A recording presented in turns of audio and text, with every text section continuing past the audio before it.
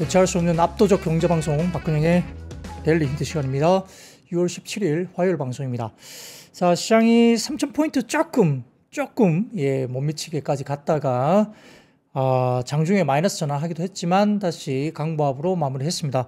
시장이 3,000포인트 정도 가다 보니까 약간 좀 조정세가 나왔죠. 최근에 올랐던 종목들 중심으로 조금 매도세가 나오기도 했습니다만 그렇게 빠지는 모습은 아니었고요. 미국 선물 시장이 빠지고 있는데 그 이야기는 제가 오늘 설명을 자세하게 드리도록 하겠습니다. 자, 그러면 시간이 좀 늦게 출발했기 때문에 빠르게 시장 이야기를 바로 들어가 보도록 하죠. 코스피는 13.27포인트 상승 출발 보였습니다.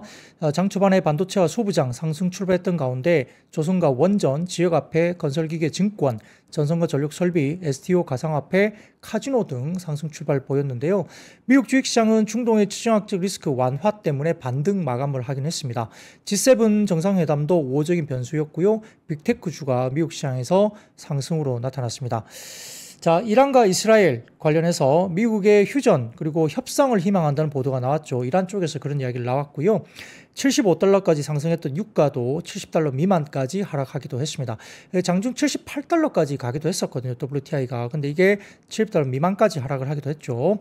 급하게 빠졌습니다. 왜 그러냐면 지금 하루에 이란 쪽에서 나올 수 있는 그 유가, 이제 석유 관련해서 한 330만 배럴 정도 되는데 지금 오펙 플러스의 증산 관련된 부분들이 지금 500만 배럴 이상 증산이 가능하거든요. 그렇기 때문에 이란이 전체 석유를 수출을 완전히 수출 포함해서 다 못한다 하더라도 500만 배럴 이상 오펙 플러스가 증산을 할 수 있다는 점 때문에 유가가 많이 오르지 못하는 것 같고요. 그리고 대부분 다 내수 중심이고 수출도 중국만 나가고 있습니다. 어제 제가 방송에서 말씀드렸죠. 대부분 중국에서만 수입을 하고 있기 때문에 큰 이슈가 아니다. 이렇게 봤습니다. 자, 코스피는 삼성전자 하이닉스 장중 4% 이상 상승폭을 확대하면서 3,000포인트 조정을 했는데 살짝 못 미쳤죠. 한 2포인트 모자랐나요? 살짝 못 미쳤습니다. 도달에 실패했는데요. 외국인 기관 동반 현물 순매도를 하는 가운데 개인이 단독 순매수가 오전에 나타났습니다. 전일 이어서 금융투자 순매수는 유효하다고 나타났고요. 지정학적 갈등이 완화되면서 반도체 반등한 미국과 HBM의 우호적인 소식이 들린 한국 반도체 업종이 강세였습니다. 삼성전자, 하이닉스. 근데 하이닉스 같은 경우는 최근에 신고가 이후에 조금 많이 올랐죠. 단기적으로. 그렇기 때문에 조금 조정세가 나왔고요. 전자는 플러스권으로 마무리가 됐습니다. 3,000포인트 도전 시도가 나왔는데 차익 실현 매물이 출회됐고요. 호르무즈 해협 선박 화재 보도가 났습니다. 외신을 통해서 이게 호르무즈 해협 쪽에 선박에 공격이 된 거 아니냐, 공격이 당한 것이 아니냐, 이런 이야기가 나오면서 갑자기 주가들이 좀 빠지기 시작한 모습이 나왔는데요. 자, 다음 외신을 좀 보여드리겠습니다. 첫 번째 사진 보여드리면, 자, 호르무즈 해협 관련해서 선박이 2개 화재가 난 것은 호르무즈 해협 근처에 불타는 선박이라는 사진이 일단 두 유조선 간의 충돌 때문인 것으로 확인되는 분위기가 나타났습니다. 군사적으로 공격을 받은 것은 아니지 않느냐, 이런 이야기가 나왔습니다. 이 자료는 시황맨이라는 플랫폼에서 주어진 정도인데요. 자, 그 다음 사진 하나 보여드릴게요. 자, 그로스 리서치에서 올려주신 자료인데 이게 실시간으로 호르무즈 해협 관련된 유조선 충돌 관련된 공식 발표문입니다. 아랍에미레이트 국민방위대에서 공식한 공식 발표문이죠. 그래서 오만해에서 발생한 유조선 충돌 사고로 인해서 승무원 24명을 구조했다는 이야기입니다. 25년 6월 17일 화요일 아랍에미레이트 쪽의 국민방위해안경비대가 유조선 관련해서 24명의 선원을 구조하는 임명을 수행했다. 이 구조 작업은 오만해에서 두 척의 선박이 충돌한 사고로 인해 이루어졌고 사고 지점은 아랍에미레이트 해안에서 약 24해리, 약 44km 떨어진 곳으로서 구조된 선원들은 국가항만인 후르파킨 항으로 이송됐고 수색 및 구조 보트를 이용해서 안전하게 옮겨졌습니다. 라고 이야기가 나왔습니다. 그러니까 호르무즈 해협의 봉쇄라든지 공격, 이게 아니었던 거죠. 근데 실제 장중에는 이게 공격을 받지 않았나 이렇게 SNS 쪽에서 막 돌면서 시장에 위협을 좀 줬다 이렇게 볼 수 있겠습니다. 자, 근데 사실과는 다르죠. 자, 그리고 두 번째입니다. 자, 두 번째 월스트리트 저널 헤드라인 보여드리겠는데요. 자, 트럼프의 조기 귀국 보도가 나왔습니다. 이게 얼마나 급했으면 G7 정상회담에서 급하게 조기 귀국을 했겠냐. 국방장관인가요? 그쪽도 지금 국무장관인지 국방장관인지 그쪽도 지금 미국 쪽에서 급하게 G7 회담에서 바로 미국 쪽으로 귀국을 했다 이 이야기가 나왔습니다. 그래서 뭔가 급박한 일이 벌어졌나 생각을 했는데 어쨌든 지금 정상회담에 관련된 부분에서 투자자들이 실망 매물이 여기에 따라서 뭔가 급박한 일이 생기고 있는 것이 아닌가라는 우려 때문에 시장도 좀 출렁인 모습이 보이기도 했죠. 자, 삼성전자의 HBM3 8단 브로드컴 C제품 퀄리파잉 통과 보도가 나왔습니다. 최근 레거시 DDR4 가격도 급등을 하고 있는 모습이어서 역시 삼성전자의 수위가 기대된다는 점, 이 부분도 이야기 나오고 있고요. SK하이닉스가 역사상 신고가 경신을 장중했습니다. 엔비디아양 HBM4 공급과 모건스탠리의 실적 추정치 대폭 상승 소식이 나왔고요. 전일에 이어서 미국의 서클 종목이 13.1% 급등을 하면서 한국도 LG CNS 장중 5% 이상 상승하면서 관련주가 올라갔습니다. 스테이블코인 기대감이 역시 오늘도 일부 종목에 반영이 됐습니다. 자, 오랜만에 돌아온 신풍제약이 말라리아 치료제 피라맥스가 코로나19 관련 유럽 특허 취득 소식에 장중 상한가에 올라가기도 했습니다. 코스닥은 중동 지역 갈등 완화 기대감에 장중 780포인트를 돌파하기도 했는데요. 삼성전자 글로벌 전략회의 개최 예정과 삼성전자 HBM3 브로드컴 퀄리티 테스트 통과 소식에 반도체가 강세를 보였습니다. 유럽과 미국도 원전 르네상스 도래에 원전주 모멘텀도 일부 지속됐고요. 우리 기술이 장중 급등하면서 50주 신고가 경신했습니다. 그리고 GLP-1 계열 신약 개발 전문기업인 D&D 파마텍이 임상 이상 통계적 유의성 확보 소식에 연일 강세가 나타나는 것도 특징이었습니다. 자, 코스피는 최근 상승에 따른 관성으로서 반도체 IT 업종 등을 중심으로 상승을 이어갔습니다. 특히 IT 가운데에는 반도체와 반도체 소부장은 좋았지만 삼성전기 관련된 또 유리기판 관련주로서 SKC 등을 포함한 종목들이 급등을 나타냈고요. 2998포인트를 고점을 하락 전환했습니다. 3000포인트 부근에서 심리적 저항에 부딪히면서 차익 실현 압력이 강해졌습니다. 최근 테마성 모멘텀으로 상승했던 원전, 그 다음에 IT 소프트웨어, 그리고 밸류업, 금융과 건설이죠. 운송업종 중심으로 차익 실현 매물이 출회됐고요. 중동발 지역적 이슈 관련해서 불안한 뉴스들이 이어지고 있으면서 투자 심리를 위축시켰습니다. 좀 전에 말씀드렸던 아까 말씀드린 호르무즈 해협 근처에서 선박이 불타고 있다. 두 번째, 트럼프 대통령이 급하게 G7 회담에서 빠져나와서 미국으로 귀국을 했다. 이런 것들이 이야기 나오는 상황이죠. 새벽까지만 해도 이란이 휴전 중재 요청을 하면서 불안 심리가 완화된 듯 모습을 보였지만 오전 중에 트럼프 대통령이 테헤란의 시민들 대피해야 된다고 언급한 걸 시작으로 해서 증시의 부정적 이슈가 계속 나왔습니다. 급하게 중동의 급박한 정세로 인해서 G20 정상회담 도중에 조기 복귀했고요. 국가안보회의 소집을 지시했다는 소식도 들렸습니다. 미국 주 이스라엘 대사관 폐쇄와 전 직원 자택 대피 지시도 있었고요. 중국 또한 이스라엘에 거주 중인 국민들에게 육로를 통해서 대피할 것을 지시하면서 충돌 재확산에 대한 우려가 역시 커졌다고 볼 수 있습니다. WTI 유가와 금선물 가격 또한 현지 시간, 한국 시간이죠. 12시를 기점으로 반등 추세로 돌아서기도 했었고요. S&P 500 지수 선물도 장 종료 이후에 약 마이너스 0.4% 정도 하락세입니다. 또한 BOJ 금정위 이후에 일본의 국채 장기물 금리가 상승하는 등 이슈들이 여러 가지 부분에서 투자 심리에 약간 부정적으로 작용하는 부분들이 있었다 볼 수 있습니다.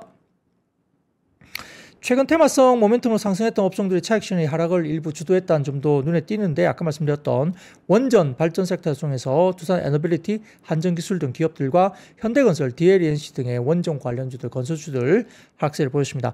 IT 소프트웨어 업종에서 원화 스테이블코인, AI 정책 기대로 상승했던 카카오페이나 삼성 SDS, 그 다음에 네이버 등 일제히 하락 전환하기도 했고요. 태양광 관련 종목들도 업종이 약세였습니다. 미국 상원에서 제시한 세제안 초안에서 태양광과 풍력 에너지를 대한 세액 공제가 28년까지 완전 폐지되는 방안이 제시되면서 한화솔루션, 오시아홀딩스, SK 이터닉스 등이 하락세를 보였습니다. 반면 해당 감세안에서 반도체 업체에 대한 투자 세액 공제 확대 기대감이 여전히 나타났고요. 자, 특징주로서 아까 말씀드렸던 신풍제약 상한가 올라갔죠. 그래서 업종의 탑3는 전기가스와 전기전자, 금속 등이었고요. 그 다음에 업종 바텀3는 건설과 운송창고, 유통 등이 나타났다고 볼 수 있습니다. 미국이 벙커버스터 투하한다는 뉴스, 이게 벙커버스터가 들어가야만이 지하에 깊게 형성되어 있는 핵시설을 파괴할 수 있다 이야기가 나오는데요. 이것은 벙커버스터 투하한다는 게 아니고요. 뭔가 핵협상이 안 됐을 경우에 고려할 수 있다는 이야기로 조금은 통역에 약간 뉘앙스가 다릅니다. 지금 바로 투하한다 이게 아니고 뭔가 협상을 한다는 거죠. 이란과 지금 미국이 중재해서 핵 관련된 부분들을 완전히 제거한다는 쪽으로 목표를 가지고 협상을 한다는 쪽으로 지금 가고 있는 상황이고요. 만약에 이 협상이 제대로 안 될 경우에 만약에 결렬될 경우에는 벙커 버스터 관련된 부분들을 투하할 수 있다고 이제 이것들을 이제 만질 수 있다, 이런 카드를 만질 수 있다, 이런 이야기를 하는 것입니다. 지금 극단적으로 이렇게 이야기를 하는 것은 아직은 아니다, 이렇게 볼 수 있는 상황이에요. 뭐 협상의 도구이지 지금은 그렇게 뭐 벙커 버스터 투하한다, 그래서 뭐 다 도망쳐라, 이게 아닙니다. 지금 그 어떤 뭐랄까 해석, 트랜스레이션의 어떤 그런 어떤 그런 어떤 라인 간의 의미를 잘 보셔야 돼요. 이게 투하한다고 했으면 난리 났겠죠. 이게 벙커버스터 투하한다고 했으면 지금 아마 시장이 이렇게 끝나지 않았을 것 같습니다. 자, 그래서 매크로 지표 좀 몇 개를 이야기 드리겠습니다. 자, 첫 번째 자료인데요. 다울투자증권의 자료입니다. 코스피 후행 PBR 밴드와 삼성전자 선행 PBR 밴드 이야기를 나오고 있는데요. 역시 이제 3,000포인트 언저리까지 갔었기 때문에 여기에서 추가적인 상승을 좀 하려면 선행 조건으로 저 PBR주의 강세와 반도체 업종의 펀더멘털 개선이 동반돼야 된다, 이런 이야기를 다울투자증권에서 하고 있습니다. 역시 PBR 기준 한 배 언저리가 약 3,000포인트 언저리가 된다고 말씀드렸었기 때문에 이 정도 일단 왔습니다. 그래서 평균치 PBR 한 배 정도까지 왔었고 PR도 한 10배 언저리까지 이제 올라온 상황이 됐겠죠. 미중의 긴장 완화라든지 대선 전후로 한국 ETF의 자금 유입이 계속되고 있고요. 거래대금 및 예탁금 증가가 연초 이후 반복됐던 반도체 강세, 이런 부분들의 패턴의 변화를 뒷받침할 수 있다고 보인 것 같습니다. 그래서 오늘 삼성전자나 하이닉스 쪽으로 집중돼서 또 외국인들이 사기도 했었죠. 자, 그래서 두 달 만에 코스피가 2600포인트에서 2900포인트대로 도달을 했었고요. 2020년 국면 그때 당시와 비교를 한다면 지수 급등의 각도는 2020년과 유사한데 양적 완화 기대감으로 세 달간 40% 넘게 상승했던 1차 상승분을 지나 두 달간 조정이 진행됐었다고 다울투자가 이야기를 했습니다. 자, 여기에 따라서 4월 초 이후에 20% 상승은 현재 기존의 시장에 알려진 매크로 변수, 관세 불확실성, 연중 금리 정책 방향성 외에 지정학적 충돌 발생이 나타났다는 겁니다. 자금의 급격한 유출이 나타나지는 않겠지만은 차익 실현 및 안전자산의 비중 확대 명분이 대개는 적절하다면서 단기적으로 좀 숨고르기가 일 수 있다는 이야기를 하는 것이죠. 자, 지수 상승 후에 순환매가 예상된다고 보면서 정책주 중에 산업재와 에너지 인프라 관련주 추세는 여전히 유효하다고 다울투자가 이야기를 했습니다. 추가 상승의 조건은 펀더멘털에 기반한 외국인들 삼성전자 매수가 들어오는 부분, 그리고 밸류업에 대한 정책 동력, 저 PBR주의죠. 그리고 미국 증시의 상대 강도 약화가 되면서 개인 유동성 추가 유입이 된다는 점, 이런 부분들이 뒷받침되면 추가적인 주가 상승은 충분히 이루어질 수 있다, 이렇게 봤습니다. 그래서 현 정부 상태에서 미국과의 무역 협상 과정에서 가시적인 성과를 보여줄 수 있는 분야로 볼 수 있는 산업재, 그리고 에너지 인프라 관련주를 선호한다고 봤고요. 특히 방산과 원전 대비 쉬었던 조선주에 대해서 좀 지켜볼 필요가 있다. 오늘 한화오션이 급등을 했는데 해외 쪽에서 한화오션 관련된 탑픽 리포트가 또 나오기도 했습니다. 추세 이탈은 했지만 외국인 수급 여력이 존재하는 증권, 핀테크, 스테이블코인, STO 관련주라든지 낙폭이 최근에 컸던 고PBR 실적주 관련해서 일부 화장품 관련주, 그리고 의료기기를 포함한 내수 소비주 관련주도 선호주로서 유지를 한다라고 다울투자증권은 리포트를 했습니다. 자, 그런 것도 중심으로 이제 시장을 좀 보시면 좋을 것 같고요. PBR 한 배까지 3,000포인트 오다 보니까 마디 지수에 대한 부담감이 있고, 여기에 따라서 순환매를 갈 거냐, 그래서 새로운 주도 섹터로서 반도체를 선택을 할 것이냐, 아니면 기존 주도주였던 방산, 조선 뭐 이런 것들을 갈 것이냐, 원전, 에너지 관련주 이런 것들이 갈 것이냐 고민을 좀 하고 있는 것 같고요. 오늘 같은 경우는 반도체의 승리가 일단 왔습니다. 연속성이 좀 있어야 되겠죠. 아직은 좀 더 지켜볼 일이지만 아무튼 삼성전자의 모멘텀 전환, 그리고 반도체 소부장의 강세, 이런 것들도 가능성이 열려 있다 보시면 될 것 같습니다. 자, 그 다음 매크로 지표입니다. 이 보시면 엄블레리스 쪽에서 오르신 자료인데요. 예탁금이 계속 올라갑니다. 이게 빨간색 실선을 위에 보세요. 위에 그래프의 빨간색 시선 보시면 고객 예탁금이 지금 63조 8천억까지 올라가고 있어요. 계속 올라가죠. 국내 증시의 수급이 굉장히 강해지고 있다는 점 보이는 것 같고요. 자, 아래쪽에 보시면 라피키 리서치에서 오르신 자료인데 거래소 신용 빨간색이고 검은색 실선은 코스닥 신용입니다. 아주 2021년, 22년 사이에 있었던 신용 고점 대비해서는 아직까지는 조금 룸이 남아있는 모습이죠. 신용이 조금 더 올라오는 모습이긴 합니다만 당시의 최고점까지는 아직은 좀 남아있기 때문에 시용 관련해서도 조금 참고를 해보시면 좋을 것 같습니다. 완전히 고점에 도달하지는 아직 않았다. 이렇게 보시면 좀 빠지더라도 너무 투매가 나오기는 좀 아직은 조금 여유가 있다. 아까 말씀드렸던 위쪽에 보시는 고객의 예탁금이 63조 8천원까지 올라왔기 때문에 계속 지속적으로 고객의 예탁금이 치솟고 있다. 보시면 좋을 것 같습니다. 그러다 보니까 이렇게 시장이 좀 무너지더라도 저가 매수 들어오고 개인들이 계속적으로 참여를 해주고 있다는 점, 굉장히 수급적으로는 유동성이 좋다. 거래대금도 좋고 환경도 예탁금이 좋아지고 있다는 점 꼭 참고를 해보시면 좋을 것 같습니다. 자, 그리고 트럼프 대통령은 관세 이야기를 하면서 중국을 열일 때리고 있고요. 애플 같은 경우는 중국에서 제조를 하지 못하도록 계속 애플을 압박하고 있죠. 트럼프 정부가 그렇게 하고 있습니다. 근데 재밌는 게 하나 있어 가져와 봤는데요. 자, 다음 사진 하나 보여주세요. 자, 이게 뭔가 하면 트럼프 모바일입니다. 트럼프 그룹 내에서 9월 달에 T1이라는 이름으로 트럼프가 스마트폰을 출시합니다. 네. 트럼프 참 별거 다 하죠. 근데 이렇게 9월 달에 T1이라는 스마트폰을 출시하는데 생긴 게 어떻습니까? 중국 스마트폰하고 비슷해요. 그래서 미국 현지에서 이게 말이 많은데, 자, 이게 트럼프 그룹이 출시하는 스마트폰이 중국 거 아니야? 이 중국 스마트폰하고 똑같은데? 미국 시장에서 이야기를 하고 있죠. 그랬더니 이 트럼프가에서 어떻게 이야기하냐면 앞으로는 이 스마트폰이 미국에서 제조를 할 수도 있을 것 같다. 이렇게 이야기를 했어요. 그 말은 뭡니까? 중국에서 만들고 있다는 거예요. 네, 중국에서 만들고 있다는 거. 가격은 499달러라고 이야기합니다. 참, 이게 본인 폰은 중국에서 만들어가지고 미국에서 막 서비스 한다고 지금 그러고 있는데 애플한테는 중국에서 만들지 마라. 참 트럼프답죠. 네, 이 한국에서 이런 일이 벌어졌으면 어땠을까요? 네. 난리가 났겠죠, 난리가. 근데 트럼프는 이러고 있습니다. 그래서 무슨 관세 협상을 하고 있는지는 잘 모르겠어요. 무슨 생각으로 관세 협상을 이렇게 하면서, 무슨 생각으로, 9월 달에 T1이라는 스마트폰을 출시하는지, 참 이게 정신력의 승리인지는 모르겠습니다. 네. 그렇습니다. 그렇다는 거죠. 재밌어서 가져와 봤어요. 이게 저만 이야기하는 게 아니고요. 미국 현지에서 난리 났어, 이것 때문에. 트럼프 도대체 뭐 하는 거냐, 니네들. 이렇게 이야기를 합니다. 자, Make America Great Again. 야, 참 재밌습니다. 자, 그러면 섹터로 바로 넘어가도록 하죠. 자, 첫 번째 역시 오늘 반도체입니다. 지난밤 뉴욕 증시에서 이스라엘과 이란 간의 갈등 완화 기대감에 3대 지수 모두 상승 마감했고요. 특히 어제 지속적으로 볼 것은 뭐냐면 AMD가 급등했다는 겁니다. AMD의 급등 이야기는 상당히 주목할 이슈입니다. AMD가 8.81%나 급등을 했는데요. 파이퍼 샌들러가 목표 주가를 대폭 상향 조정했습니다. 그 외에도 반도체주가 올라갔는데, 자, 이거에 대해서 굉장히 중요한 이야기는 뭐냐면 엔비디아의 대항마로서 AMD가 이슈가 있는데 이 부분에 대해서 긍정적인 이슈가 나왔다는 거예요. 새로운 AI 칩에 대해서 호평이 이루어졌습니다. 자, AMD는 지난 12일 개발자 컨퍼런스 어드밴싱 AI에서 올해 하반기 출시된 AI 칩 인스팅트 MI350과 내년에 선보일 인스팅트 MI400을 선보였는데, 자, AMD가 MI400 칩을 기반으로 처음 렉 전체를 하나의 통합된 시스템으로 설계했다면서 헬리오스라는 신규 렉 시스템을 공개를 했죠.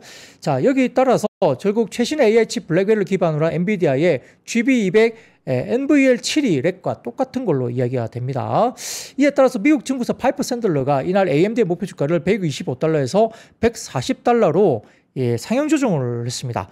자, 이 때문에 하시 쿠마르 분석가가 AMD의 CPU 부분과 관련해서 PC 시장은 지난 몇 년간 다소 침체에 빠져 있었지만 코로나 기간 동안 구매한 PC 노후화와 새로운 AI PC 등장, 추가 관세 부과에 대비한 수요 선반영 등으로 교체 주기가 빨라질 수 있다 분석을 했고요. 인스팅트 MI350 칩과 헬리오스 렉 시스템을 기반으로 엔비디아와 경쟁하는 AMD의 데이터 센터 및 GPU 매출이 올해 하반기부터 급반등이 있을 것으로 예상된다고 이야기를 했습니다.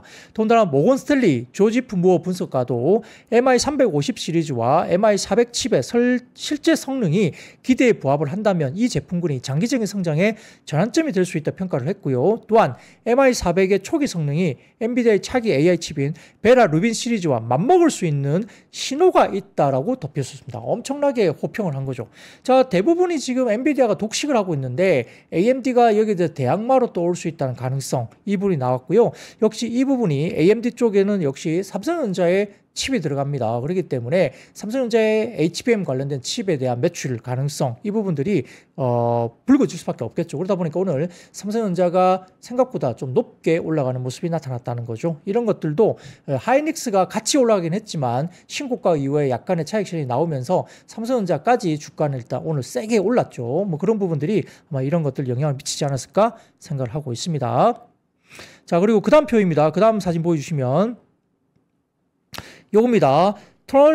트럼프 대통령이 반도체법 폐지를 추진하고 있는데 미국 상원이 반도체 제조시설에 대한 투자 세액 공제를 확대하는 세제 법안을 오히려 추진하고 있다. 거꾸로 가고 있죠. 16일 블룸버그 통신에 따르면 미국 상원은 반도체 기업들이 미국 내 생산 설비에 투자할 경우에 세액 공제를 기존 25%에서 30%로 일시 상향하는 법안을 포함한 세제 개편을 논의 중임을 알려졌습니다.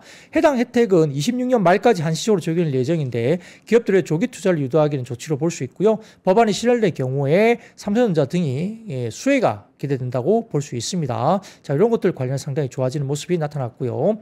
자, 대신증권도 전일 보고서를 통해서 반도체, 삼성전자와 SK하이닉스가 환율 하락에 영향이 존재하지만 레거시, 즉 DDR4 메모리 가격의 급등 그리고 출하량 증가로 개선된 실적을 전망한다고 밝히기도 했습니다. 자, 엔비디아가 차세대 메모리 모듈인 소캠의 첫 공급사로 마이크론을 선정했고 그리고 HBM4 샘플을 마이크론이 엔비디아에 공급했다는 사실이 알려지면서 국내 반도체 기판 업체들의 수혜도 부각됐다고 분석을 했습니다. 자, 그래서 일부 언론에 따르면 아까 말씀드렸던 삼성전자, 브로드컴의 HBM3 8단 CF의 퀄리파잉 통과했다 확인되고 있다는 점 이것 때문에 역시 전자가 오늘 좀 주목을 받았고요. 역시 그럼에도 불구하고 하이닉스가 좀 더 주목을 많이 받았죠. 근데 신고가 나오면서 일부 차익 실현이 나오기도 했다 이렇게 보이는 상황입니다.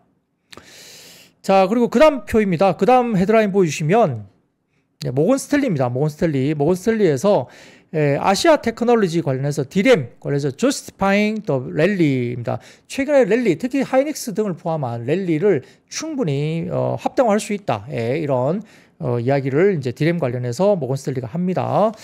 그래서 AI 성장 스토리가 다시 부각되면서 D램의 랠리가 발생하고 있는데 특히 HBM 수혜주 중심으로 가고 있는데 어쨌든 뭐 단기 조정이 나온다 하면 매수 관점에서 공고를 준다고 이야기를 했습니다.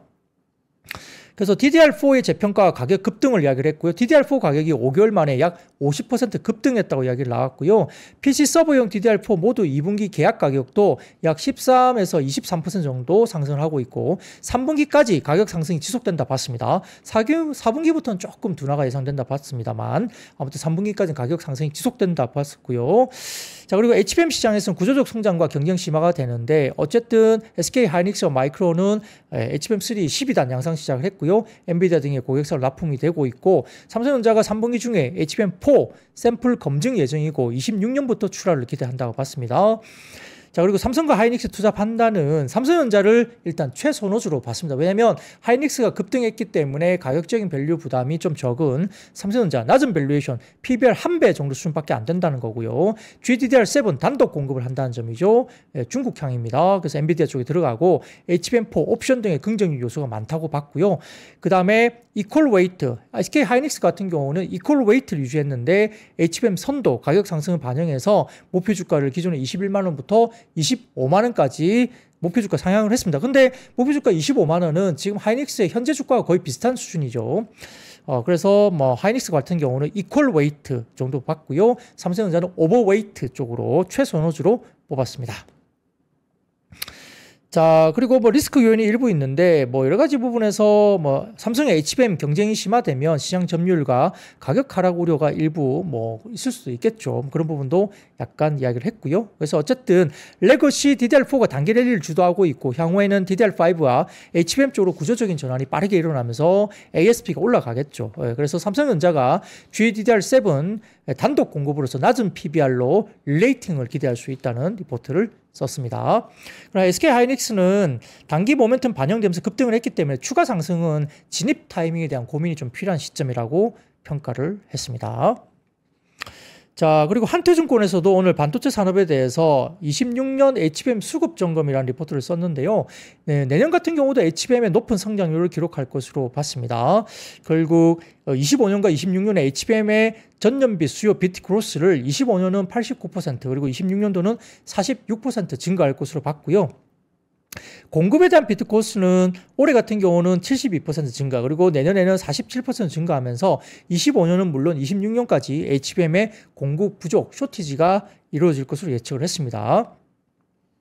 자, 그래서 전반적으로 봤을 때는 HBM에 관련된 부분을 긍정적으로 한투증권에 리포트를 했고요.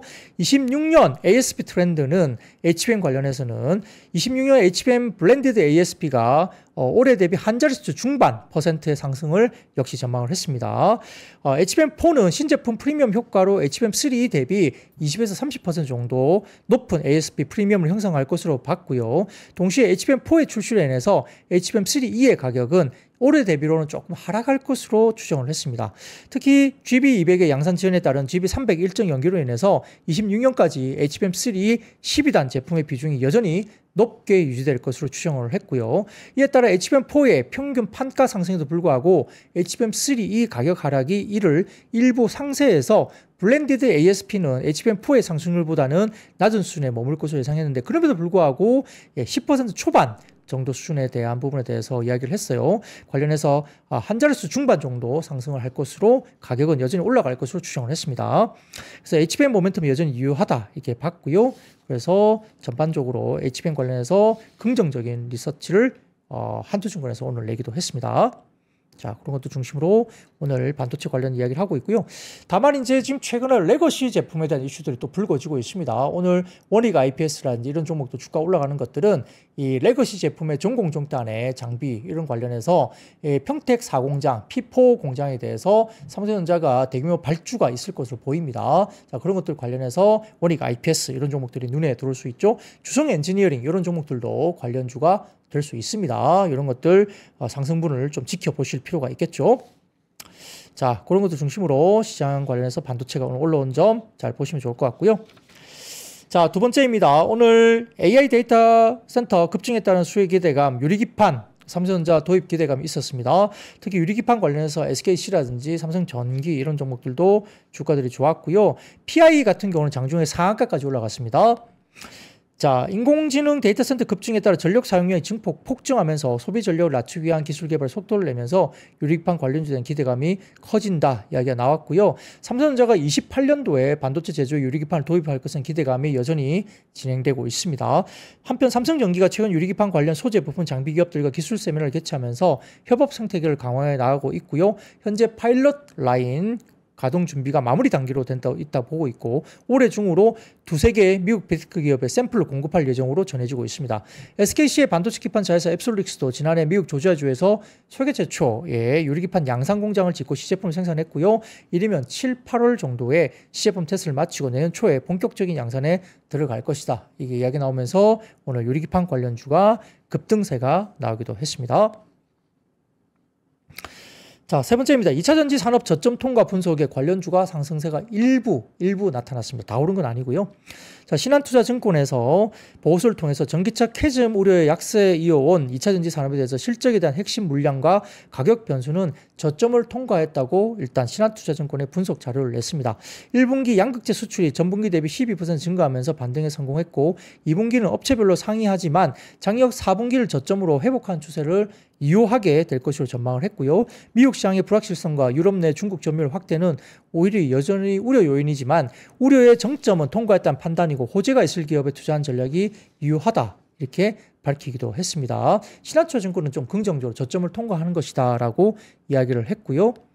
자, 지난밤 뉴욕 증시가 중동의 리스크 완화가 되면서 테슬라, 리비안, 루시드 등의 주 전기차 업체들이 일부 올라갔습니다. 1에서 2% 급등은 아니고 소폭 상승을 했는데요. 여기에 따라 일부 2차전지 관련주가 오르기도 했지만 그러나 녹록하진 않습니다. 좋은 점과 나쁜 점 여전히 혼재되고 있는데요. 한화투자증권에서는 양극재 5월 수출액 코멘트를 하면서 여전히 보수적이고 부정적인 이슈를 한화투자증권에서 코멘트를 했습니다. 자, 양극재 업체 2분기 출하량과 실적은 컨센 하회 예상을 한다는 리포트를 썼는데요. 올해 양극재 수출액과 수출량은 각각 4.5억 달러, 전월비 3.6% 오른 양극재 수출액, 그리고 1.8톤 정도, 전월비 마이너스 0.9% 정도 수출량을 기록했다고 합니다. 양극재 수출 가격은 킬로그램당 24.2달러로 전월비 4.6% 증가를 했는데, 다만 4월부터 하락한 탄산유통 가격으로 인해서 양극재 가격도 다시 약세를 약세를 보일 것으로 예상을 했습니다. 5월 양극재 수출 역시 저조했던 24년 평균에서 크게 벗어나지 못하고 있고 4월에서 5월 월 평균 소재별 출하량을 보면 NCM 출하량은 1분기 월 평균 대비 16% 증가했는데 특히 청주, 대구 지역에서 증가폭이 컸고요. 한편 NCA 출하량은 1분기 월 평균 대비 10% 감소를 했고요. 이는 광양 지역의 수출이 3월부터 급감한 영향으로 봤습니다. 2분기 양극재 출하량은 기업들이 1분기 실적 발표 당시에 제시했던 가이던스를 오히려 하회할 것으로 봤고요. 4월, 5월 누적 양극재 수출액은 8.8억 달러 정도 되면서 1조 2조 원 정도로 6월에도 평균 성장률이 유지된다고 가정을 한다면 2분기 양극재 수출은 13.1억 달러 정도로 1.9조 정도 원입니다. 양극재 업체들 포스코 퓨처엠과 F프로비엠, LNF, LG와 코스모 신소재, 유미코아의 전반적인 2분기 합산 매출액 컨센서스는 약 2조 3천억 수준인데 2분기 양극재 업체들의 매출액은 컨센서스를 이에 따라서 하회할 것으로 예상을 했습니다. 그러니까 실적이 안 좋을 것으로 보는 거죠. 2분기에도 양극재 업체의 가동률은 30에서 50% 가동률에 머물고 있다고 한화투자증권 리포트를 했고요. 유럽에서는 중국 배터리 점유율이 확대되고 있고 미국에서는 전기차 판매 둔화가 눈에 띄게 보인다고 하면서 국내 배터리 양극재 업체들 가동률 회복 시점이 계속 지연되고 있다고 평가를 했습니다. 국내 배터리 산업 입장에서는 당분간 유럽에서 기대할 만한 저가 전기차 라인업이 EV3, EV4, 푸마겐 이 정도로 제한적이고요. 미국에서는 하반기 관세 그리고 IRA 불확실성이 확대되는 가운데 대부분의 신차 라인업 가격이 6천만 원 이상으로 형성되어 있기 때문에 전기차 판매가 가속화되기는 어려울 전망으로 하나투자증권은 봤습니다.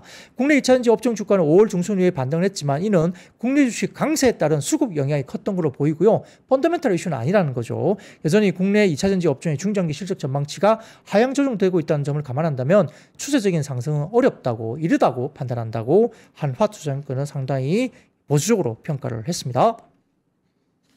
자, 그래서 이거는 이제 부정적인 이슈인데, 자, 그래도 긍정적인 이슈를 한번 찾아보면, 자, 다음 표입니다.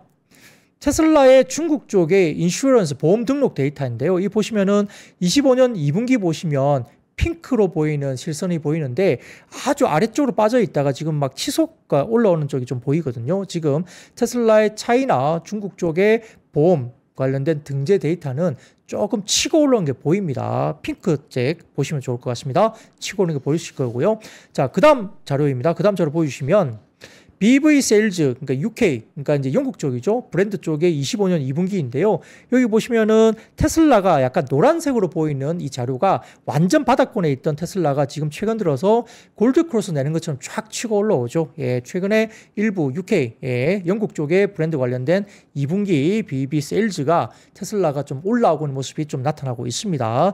자, 그래서 일반적으로 약간 부정적인 이슈로 리포트가 꽤 나오고 있긴 하지만 이렇게 봤을 때는 또 테슬라 좀 최근에 좀 정상화되고 있다. 예, 꽤 매출이 꽤 판매가 꽤 되고 있는 모습을 보이고 있다는 점도 이렇게 말씀을 좀 드릴 수가 있겠습니다. 자, 이거는 긍정적인 이슈예요.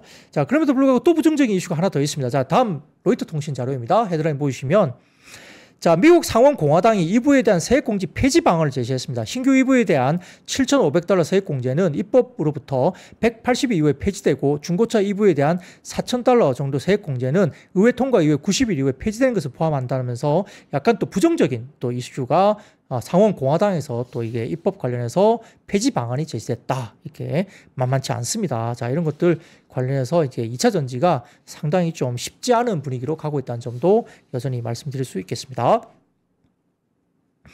자, 그러면 네 번째입니다.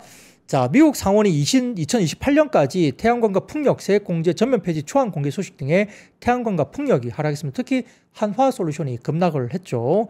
자, 로이터 통신 헤드라인 보여드릴까요? 자, 여기 나옵니다.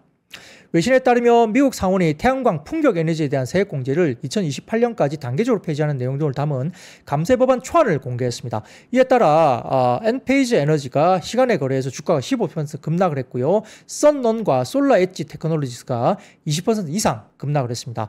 퍼스트 솔라도 9% 하락하는 등 미국 태양광 관련 기업들이 일제히 타격을 입었고요. 공화당 상원의원 마이크 크레이포 재무위 위원장이 공개한 초안에 따르면 전 바이든 행정부의 인플레이션 감축법에 의해서 보장된 태양광 및 풍력에너지 세액 공제가 2026년부터 공제액이 60%로 축소되고 2028년에는 완전 종료될 예정입니다. 반면 트럼프 행정부가 선언하는 수력과 원자력, 그 다음에 지열 발전에 대한 세액 공제는 2036년까지 연장하기로 알려졌습니다. 그러니까 이 원전은 어느 정도 굉장히 좀 보호되고 있는 거죠. 캘리포니아의 계량제도 개편과 금리 인상으로 태양광 수요가 감소한 상황에서 추가 악재로 작용할 수 있다는 이야기가 나오고 있습니다. 그러니까 오늘 태양광이 별로 좋지 못했던 모습이 나오고 있죠. 자, 그럼에도 불구하고 삼성증권에서 IRA 상원 개정안 제출에 대한 코멘트를 냈습니다. IRA, ITC와 PTC에 대한 하원 대비 상원 변경안은 지급 시점을 일부 완화해 주었지만 그 전력 생산에서 착공으로 지급 지점을 일부 완화해 주었지만 26년도에 60%, 2027년도에 20%, 2028년 0%로 보다 급격한 일몰에 대한 법안이다 이야기를 했습니다. 그래서 굉장히 좀 부정적인데요. 다만 원전, 수력, 지열은 2036년까지 일몰로 별도 연장을 했다고 봤습니다. 그러니까 원전, 특히 원전이 좋아지는 거죠. 좋아진 것보다는 뭐 굉장히 강력하게 경쟁력을 갖고 있는 겁니다. 전기차 구매 보조금도 기존 25년 말 종료해서 법안 발의 후에 180 후에 종료로 폐지 기조가 유지됐습니다. 다만 AMPC에 적용될 FEOC에는 일부 완화안이 변경됐고요. 자재 조달에 있어서 상장기업 일부 예외 추가가 됐다고 합니다. 따라서 근본 상원 초안은 7월 초 표결 전까지 변경 가능성이 상존하긴 하는데 다만 근본 상원안으로 확정이 만약에 된다면 태양광 TPO 사업 수익성이 훼손될 수 있고요. ITC 급격한 축소에 따른 태양광 수요가 감소할 수 있고 태양광 수요 감소로 인한 모듈 재고 소진이 지연될 수 있으며 26년 이후에 전기차 수요도 둔화될 수 있다고 평가를 했습니다. 자, 그래서 AMPC, FEOC 완화가 한국 업체에게 일부 긍정적 영향을 살짝 줄 수는 있다. 이런 까지 코멘트를 했습니다. 그래서 이런 것들 중심으로 해서 만만치 않은 지금 부정적인 이슈가 오늘 발생을 했다는 것이 나옵니다. 그래서 이 보면 원전이 그래도 어느 정도 약간 차익 실현이 나오긴 했지만 여전히 경쟁력을 좀 가지고 좀 갈 수도 있지 않을까 그런 생각도 좀 해볼 수도 있겠습니다. 자, 5번째입니다. 미국 상원이 스테이블코인 규제법인 지니어스법 최종 투표 앞두고 국내 STO 시장 개화 본격화 등의 스테이블코인 관련주가 여전히 오늘도 움직였습니다. 자, 미국 상원은 현지 시간 17일 스테이블코인 규제법인 지니어스에 대한 최종 투표를 진행될 예정인데요. 업계에서는 지니어스 법안이 통과되면 스테이블코인이 암호화폐의 자금 이동 수단에서 인터넷 절체 결제 인프라로 진화될 것으로 전망되고 있고요. 자산운용사 번스타인은 지니어스 법안에 비금융기업이 직접 스테이블코인을 발행하는 것을 금지하는 조항도 포함되고 있다며 이에 아마존과 월마트 같은 플랫폼들이 스테이블코인을 발행하는 대신 미국 내 규제기관에 등록된 발행사와 협력할 가능성이 높아질 것으로 전망을 했습니다. 아울러서 국내 금융위원회는 이날부터 자본시장과 금융투자업에 대한 법률 시행령 개정안을 본격 시행을 했습니다. 이번 개정안은 조각투자 발행 플랫폼 등을 제도권에 포함하기 위해서 수익증권 투자 중개업자라는 인가 단위를 신설할 것을 핵심으로 그동안 규제 샌드박스에 머물렀던 플랫폼들이 공식 인허가를 받고 영업할 수 있게 됐다고 전했습니다. 규제를 푸는 것이죠. 이에 STO 산업에도 제도화의 첫 걸음이 내딛어졌다 이런 평가를 받고 있습니다. 자, 그 다음 표 보여드릴게요. 보여드리면 디지털 지급 결제 수단 원화 스테이블 코인의 발행과 운영에 관련된 법률 가칭입니다. 입법 방향이 좀 나와 있죠. 그래서 인허가 기준이나 절차 명문화되어 있고요. 일정 수준 이상의 자본금 요건 설정인데 10억으로 기준이 됐나요? 상당히 좀 그렇게 아주 높지는 않은 것 같아요. 자, 그래서 담보자산 조건이나 이런 것들 원화 예금, 국채 등으로 담보 조건 이야기가 되는 것들 포함해서 됐습니다. 그래서 한편 그 다음 표 보여드리면 외신에 따르면 이 JP모건이 디지털 자산 플랫폼 JPMD 상표를 출원했다고 전해집니다. JPMD는 디지털 자산 거래, 교환, 이전 및 결제 서비스를 제공하고요. 디지털 자산 발행 기능도 포함되고 알려지면서 이렇게 STO라든지 스테이블코인 관련 종목들 중심으로 분위기가 상당히 좋았고요. 스테이블코인이 가게 되면 결국 보안주들까지도 봐야 된다는 점에서 보안주까지 지금 이야기가 같이 나오고 있습니다. 자, 그리고 그 다음 표 하나 보여드릴게요. 삼성증권에서 대한민국 밸류체인, 스테이블코인 대한민국 밸류체인을 아유 대놓고 썼죠. 종목을 대놓고 썼습니다. 밸류체인 관련해서 IT센 글로벌, 컴투스 홀딩스, 넷마블, 다날, 갤럭시아 머니터리, IT센 글로벌, 컴투스 홀딩스 뭐 쭉쭉 나와 있죠. 요거가 대놓고 종목을 썼기 때문에 참고를 해보시면 될 것 같습니다. 이건 제 이야기 아니고 삼성증권 리포트입니다. 대놓고 종목을 썼습니다. 보시면 될 것 같고요. 자, 6번째입니다. 중동 쪽의 긴장 완화 기대감 속에 국제유가 약세 영향 등의 에너지주가 하락했습니다. 이스라엘과 이란 간의 무력 충동이 지속되는 가운데 미국 월스트리트 저널은 미국이 이스라엘의 대이란 공격이 참여하지 않는 한 미국과의 핵협상 테이블에 돌아오는데 열려있는 입장임을 이란이 아랍 국가 당국자에 밝혔다 보도했죠. 그는 이란은 협상을 하자는 이야기로 돌아섰습니다. 로이터 통신도 이란이 이스라엘과 휴전할 수 있도록 트럼프 대통령에게 영향을 해달라고 카타르, 사우디아라비아, 오만 등 중동 걸프 지역 국가들에게 요청을 했다고 복수의 소식통을 통해서 인용을 했습니다. 자, 여기에 따라 WTI가 71.77달러의 거래를 마감했고요. 관련해서 에너지 관련주가 주가들이 빠지기도 했습니다. 자, 그래서 밈 주식이죠. 우리나라의 밈 주식, 중앙에너비스, 흥국석유, 뭐 이런 극동유화, 뭐 이런 종목들 빠지기도 했고요. S-오일, 뭐 대성에너지, GSE, 뭐 흥화해운, 뭐 이런 종목들, 해운주들까지도 일부 빠지기도 했습니다. 정유, 해운, 도시가스, LPG 관련주들이 빠지기도 했죠. 자, 그래서 유가 같은 경우는 제가 말씀드렸지만 이란이 하루에 330만 배럴 정도 할 수 있습니다. 근데 대부분 내수 중심이고요. 수출은 중국으로 나갑니다. 자, 근데 오펙 플러스가 증산할 수 있는 규모는 500만 배럴 정도가 됩니다. 그러니까 충분히 이란을 제외하고라도 충분히 감당할 수 있는 구간이기 때문에 유가 급등하기 좀 어렵다는 분석들이 나오고 있죠. 다만 호르무즈 해협을 봉쇄했을 경우에는 모건스탠리였나요? 예, JP모건인가요? 그쪽에서는 130달러까지 유가가 올라갈 수 있다라고 으름장을 놓고 리포트를 썼지만 호르무즈 해협을 봉쇄하기는 상당히 좀 어려울 수 있다. 왜냐하면 호르무즈 해협을 봉쇄하면 자, 이란 입장에서는 중국으로 가는 원유를 수출할 수가 없고요. 지금 어제 잠깐 말씀드렸지만 지금 이란 같은 경우는 인플레가 40%나 달하면서 엄청나게 극심한 인플레죠. 근데 전쟁까지 이루어지면서 지금 상당히 어려워질 수 있습니다. 경제적으로 상당히 어려워질 수 있기 때문에 중국으로 수출도 못하고 호르무즈 해협을 막고 장기적으로 갈 수가 없다는 거죠. 그렇기 때문에 쉽지 않을 것이다. 그리고 이스라엘 같은 경우도 방어 체계 돔이 이번에 좀 파괴가 되면서 연간 어떤 국방 예산의 6에서 10%를 며칠 사이에 다 썼다. 그게 이제 나오죠. 그러니까 이스라엘 같은 경우도 정치적인 이슈보다는 경제적인 이슈 때문에 장기화로 가기 좀 쉽지 않다. 이런 이야기가 아직까지는 분석으로 나오고 있고요. 이란이 어쨌든 핵협상 관련해서 유화적인 제스처를 일단 냈다. 그게 뭐 정치적으로 어떤 뒤에 비하인드 스토리가 있는지 모르겠지만 시간을 벌기 위해서 일부러 그랬다. 이런 말도 있지만 아무튼 미국 쪽을 통해서 뭔가 협상을 하기를 원한다. 이야기 나오고 있고 트럼프 대통령도 지금 핵 폐기 쪽으로 완전히 뭐 목표를 잡고 뭐 협상에 나설 수 있다. 이야기를 나오고 있기 때문에 좀 지켜볼 필요는 있겠습니다. 자, 그리고 태국의 코로나19 감염 급증세 그리고 신풍제약이 코로나19 관련된 유럽 특허 획득 소식 때문에 관련주가 상승을 했습니다. 태국에서 급속도로 지금 코로나 관련된 환자 수가 급증하고 있다고 이야기되고 있거든요. 여러분들 혹시 관련해서 여행을 가시더라도 좀 조심을 하셔야 될 것 같고요. 그래서 뭐 코로나 관련된 거는 테마주로 주가들이 움직였다 볼 수 있겠고요. 마지막으로 한미 정상회담이 일부 좀 어렵게 됐죠. 트럼프가 갑자기 다시 이제 복귀하는 바람에 좀 쉽지 않게 됐는데 정부가 알래스카 LNG 사업 참여 관련된 판단자료 수집에 실패했다 소식이 나오면서 관련주가 하락했습니다. 강간업체라든지 조선 기자재 이런 종목들 그리고 중소형 철강주, 자원개발, 피팅, 밸브 관련주가 하락을 했고요. 알래스카 LNG 관련주도 하락을 했습니다. 자, 언론에 따르면 한국 정부 대표단이 트럼프 미국 행정부가 참여를 요구하는 알래스카 LNG 개발 프로젝트 현장을 시찰을 했었는데 사업 가능성을 판단할 만한 정보 수집에는 실패했다고 나타났습니다. 어렵겠죠. 쉽지 않아요. 이게 이미 실패한 프로젝트였거든요. 이달 초 알래스카를 방문한 출장단은 유의미한 정보 수집보다는 오히려 알래스카 주지사 면담과 현장을 둘러만 보고 왔다. 그러니까 제대로 자료 수집 안 하고요. 뭐 현장 둘러보고 면담만 하고 왔다는 거죠. 이에 따라 정부는 민간 개발사인 글렌파른이 오는 9월에서 10월 파이프라인 기본 설계를 발표할 때까지 참여 여부 결정을 유보할 전망으로 나타나고 있습니다. 그래서 이거는 좀 보수적으로 봐도 되지 않을까 싶습니다. 자, 여기까지 오늘 마무리하겠습니다. 빨리 전쟁이 끝났으면 합니다. 여러분 아시죠? I see you.